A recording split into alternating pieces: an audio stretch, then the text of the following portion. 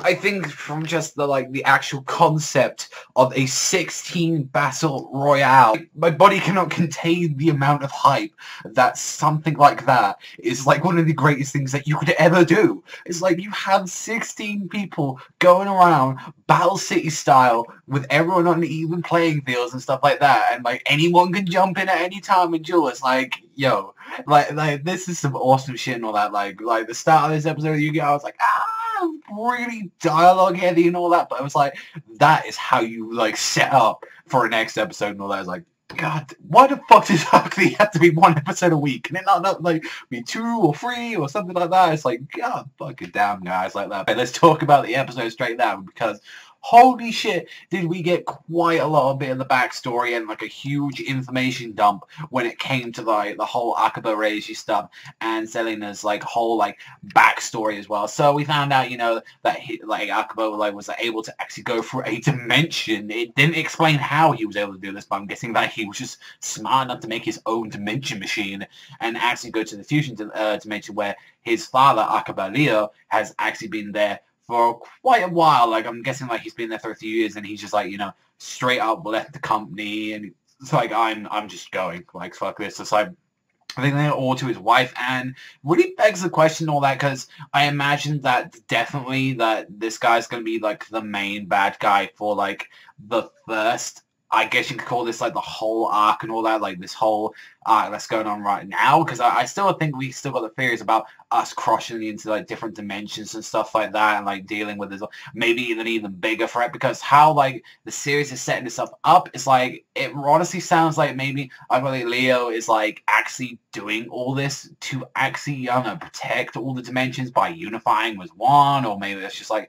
his way to stop all the violence. I honestly don't think, like, he doesn't seem like the psychopathic maniac that, you know, like, I was kind of, like, building him up to be, and it seems like, no, he's just, like, he feel like he has a bigger goal, he's just using dirty tactics to get to it, like, obviously by his opinion. It's like, and seeing, you know, like, Selena and, like, them, like, they didn't really know each other for that long. It was, like, honestly, like, he helped her, like, break out from the school when she thought he had a boat and they were going to escape, and I'm guessing mainly because she's, like, a Yuzu from that dimension, that she's, like, pretty much being told to stay there and stuff like that, and, you know, it was kind of cool and all that to see all of that, like, a little flashback and all that, and that pretty much, like, Reiji was just saying, like, you know, you're gonna be an enemy of mine if you, like, keep up with this shit and all that. It's like, you're in my dimension now. If you try any funny shit, I will probably just, you know, kick you out. I will bring in heavy force and all that. So it really makes me wonder, you know, what's going on with that. And it's like, is she actually, I imagine she's joining this fucking sick-ass group that he's trying to, like, make and all that, called the Lancers. So I imagine, like, Serena, like, I can honestly imagine her, the Synchro dude, I can imagine, like, Kurosaki, all of them joining the Lancers and stuff, because they sound like an awesome group and all that. And seeing for, like, the first few members and all that, where we got in there, and kind of like the more deeper reason why we got the tournament is just to mainly see who are worthy enough to protect us from these different dimension duelists and stuff like that. So that's why we got the Lancers around. It's like, honestly, one of the things they're using is like, to make sure there's no panic and all that, like while people are getting attacked on the streets and all that with dueling, they're going to cover it up by having this 16-man battle royale, which, you know, a lot of this episode was like there was a whole big boring part about them just looking at everyone on the TV. That was like kind of the worst part of the episode and really put a lot of points off for it.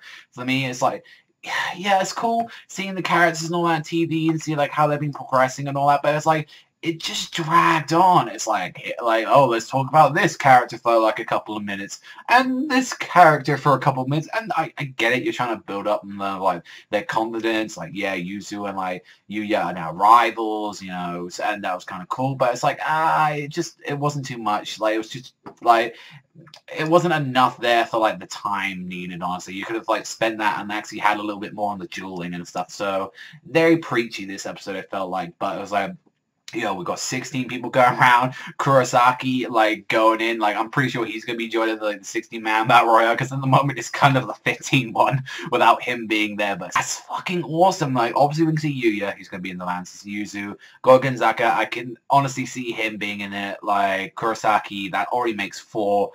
It'll be fucked up as Sora's going in there, because we found out with him, it's like, he's pretty much being, like, sent back to the Prime Dimension but he's bringing the Obelisk Blues with him, and the Obelisk Blues don't fuck around, so he's going to go in there and fuck some shit up.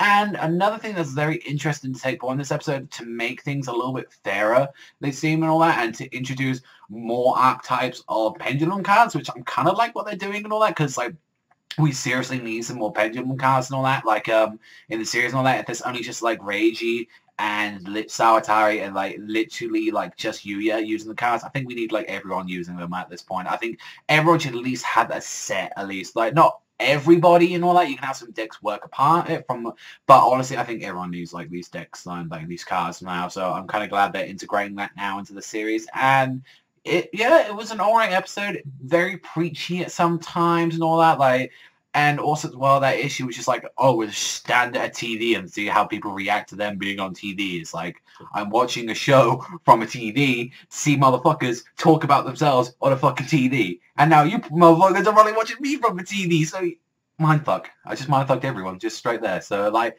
overall, on that weird note, the score I'm going to give it for this week, I'm going to give it a 7.5. It was originally just going to be a 6 and all that. It's like, it was a fine episode, but honestly, the ending is what made it up for it. Like, that ending was really good, and there was a lot of good stuff here and there in the middle and, like, at the start of the episode. So, honestly, 7.5 out of 10 this week and all that. Good episode. Yeah, it did have some issues and all that, but really enjoyable, and it's got really great setup, and the preview looks absolutely amazing and all that. Like, we're just going to have everybody fighting in different parts, action cards everywhere, and it just seems awesome. So I'm generally happy and excited to see what arc these going to be bringing out, and I will honestly wholeheartedly say this, from, like, about 41 episodes, about near, like, a year's worth of Yu-Gi-Oh!, like, only, like, 7 episodes away from, like, a whole year's worth. I would wholeheartedly say this is probably, like, in the top 3 Yu-Gi-Oh! Series and all that. Like, I would honestly say it for, like, a year impression, like, of it. I think it's, like, probably in the top 3 of Yu-Gi-Oh! So far, because, you know, we've got the original, obviously, GX and this. That's honestly my list of the top 3 there. So let me know in the comment section down below what you thought about this episode and all that. Like, what do you think about Reiji and, like, Serena's, like, past and all that? Do you think that was interesting? Like, what do you think about the 16-man battle royale? I'm excited. I hope you guys are, but that's all for me. So thank you very much for watching as always, and I'll catch you guys